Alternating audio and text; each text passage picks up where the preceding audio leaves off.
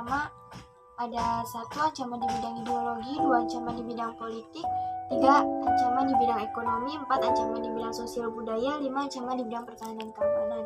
Di bidang ideologi, ancaman di bidang ideologi merupakan ancaman yang dilakukan untuk mempengaruhi ideologi dan mengancam falsafat negara yaitu Pancasila.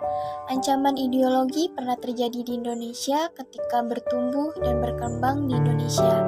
Walaupun secara global ideologi tersebut tidak populer lagi, namun potensi ancaman berbasis ideologi masih diperhitungkan.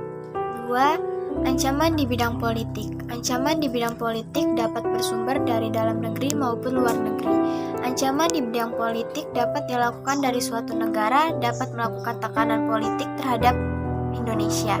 Intimidasi, provokasi, atau blokade politik merupakan bentuk ancaman non-militer berdimensi politik yang seringkali digunakan oleh pihak-pihak lain untuk menekan negara lain ke depan. Ancaman di bidang ekonomi. Ancaman di bidang ekonomi merupakan segala jenis usaha dan kegiatan, baik itu yang berasal dari luar negeri maupun dalam negeri, yang dinilai mengancam dan membahayakan keamanan finansial serta pertumbuhan ekonomi nasional bangsa Indonesia.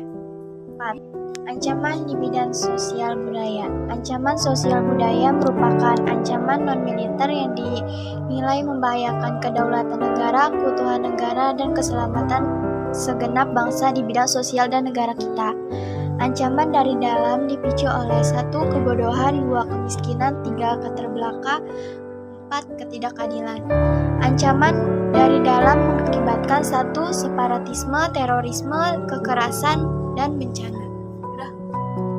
Ancaman dari luar dipicu oleh globalisasi. 1. Sisi positif, 2. Sisi negatif. Sisi negatif ada gaya hidup konsumtif, pudarnya semangat gotong royong dan kepedulian, lunturnya nilai beragaman.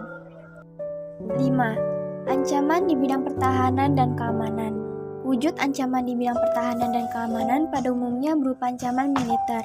Ancaman militer adalah ancaman yang menggunakan kekuatan bersenjata dan terorganisasi yang dinilai mempunyai kemampuan membahayakan kedaulatan negara, keutuhan wilayah, dan keselamatan segenap bangsa. Ancaman isu SARA menjadi permasalahan serius yang harus diatasi. Isu SARA jelas dapat memicu keributan dan pertengkaran antara rakyat Indonesia. Hal ini perlahan akan mengikis toleransi dan kedamaian yang sudah diciptakan di Indonesia.